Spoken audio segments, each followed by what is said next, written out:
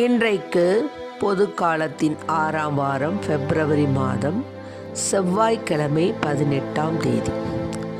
இன்று தேவன் நமக்கு தரும் ஜீவ நீரூற்றான இறைவார்த்தைகள் திருப்பாடல் 29. இறைவார்த்தைகள் 1, 2, 3 மற்றுமாக 9, 10 முடிய. நாம் அனைவரும் பாட வேண்டிய பதிலுரை பாடல். ஆண்டவர் தம் மக்களுக்கு சமாதானம் அருள்வாராக.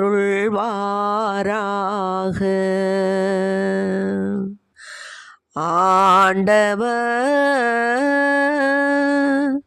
தம் மக்களுக்கு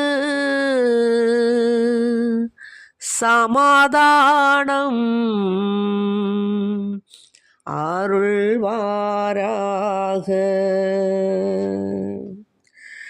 இறைவனின் மைந்தரே, மாட்சியையும் வலிமையும் ஆண்டவருக்கு உரித்தாக்குங்கள். ஆம், ஆண்டவருக்கே உரித்தாக்குங்கள். இறைவனின் மைந்தரே, மாட்சியையும் வலிமையையும் ஆண்டவருக்கு உரித்தாக்குங்கள். ஆண்டவர் தம் மக்களுக்கு சமாதானம் அருள்வாராக.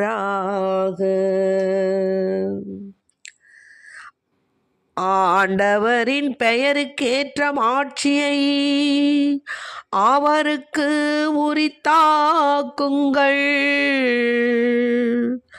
தூய மாட்சியிலங்கும் ஆண்டவரை வழிபடுங்கள். ஆண்டவரின் குரல் கடல் மேல் ஒலிக்கின்றது. மாட்சிமிகு இறைவன் முழங்குகின்றார். ஆண்டவர் தம் மக்களுக்கு சமாதானம் அருள்வாராக. ஆண்டவர் வெள்ளப்பெருக்கின் மீது வீற்றிருக்கின்றார். ஆண்டவர் என்றென்றும் அரசராக வீற்றிருக்கின்றார். ஆண்டவர் தம் மக்களுக்கு ஆற்றல் அளிப்பாராக. ஆண்டவர் தம் மக்களுக்கு ஆசி வழங்குவாராக.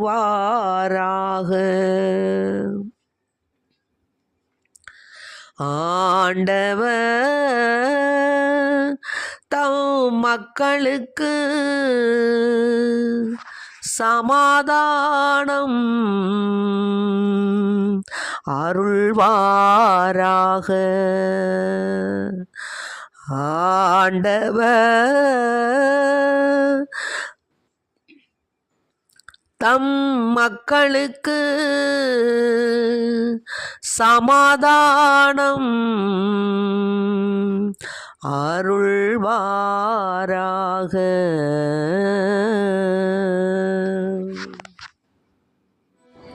இன்றைக்கு நம் தேவன் தரும் ஜீவ நீரூற்றான இறைவார்த்தைகள்.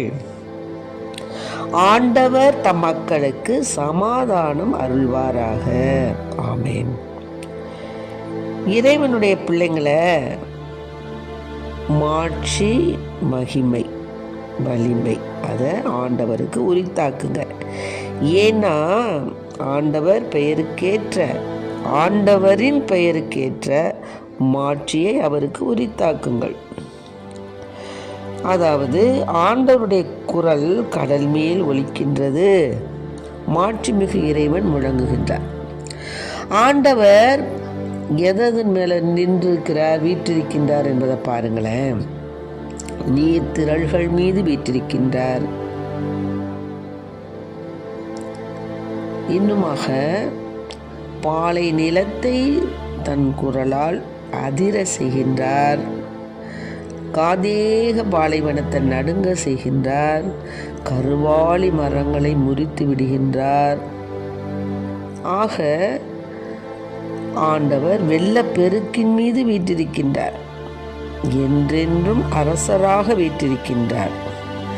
ஆகவே ஆண்டவர் தம் மக்களுக்கு ஆற்றல் தருவார், சமாதானம் தருவார், ஆசி வழங்குகின்றார்.